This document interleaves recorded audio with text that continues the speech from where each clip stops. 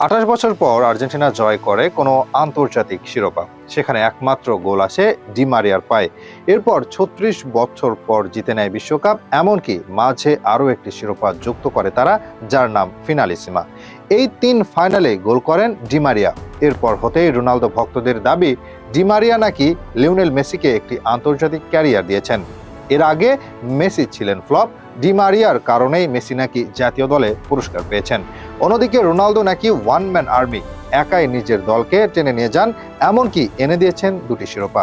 তবে চলুন একটু কাটা ছেঁড়া বিশ্লেষণ করা যাক, মেসি ডি মারিয়ার দ্বারা কি সত্যি আন্তর্জাতিক ক্যারিয়ার পেয়েছেন, আর রোনালদো কি সত্যি ওয়ান ম্যান আর্মি কিনা, যিনি দেশকে শিরোপা এনে দিয়েছেন।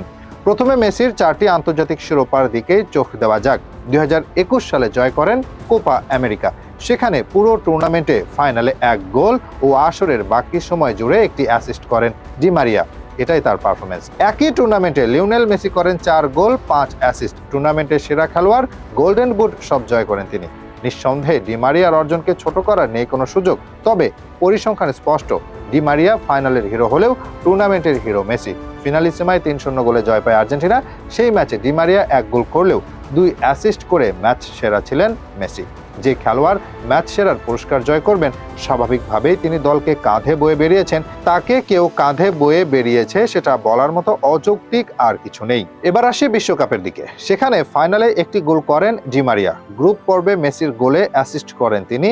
এই 2 গোলেই অবদান ছিল তার। অন্যদিকে 7 গোল 3 অ্যাসিস্ট করেন মেসি।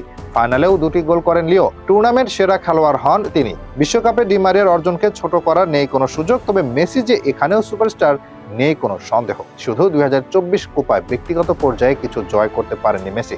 একটি গোল ও একটি অ্যাসিস্ট করেন তিনি। এখানে তাকে শিরোপা এনে দিয়েছে সতীর্থরা। 3টি শিরোপা নিজের কাঁধে করে দলকে পার করেছেন।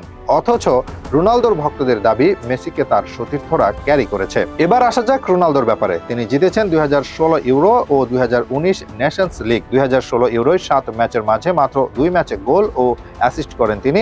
4 ম্যাচে ছিলেন ফ্লপ, আর ফাইনালে ইনজুরির জন্য ছিলেন বেঞ্চে। ব্যক্তিগত পর্যায়ে জিততে পারেননি কিছুই। 2019 নেশনস লিগের গ্রুপ পর্বের একটি ম্যাচেও মাঠে নামেননি তিনি। সেমিফাইনালে হ্যাট্রিক করলেও ফাইনালে ছিলেন ফ্লপ। টুর্নামেন্ট সেরা খেলোয়াড় ছিলেন পর্তুগিজ খেলোয়াড় বের্নার্দো সিলভা। অর্থাৎ 2টি পুরস্কার জিতেছেন দলের উপর ভর করে। তবুও তার ভক্তদের দাবি, রোনালদো তার দলকে কাঁধে বয়ে বেরিয়েছেন, আর মেসিকে তার সতীর্থরা কাঁধে বয়ে বেরিয়েছে।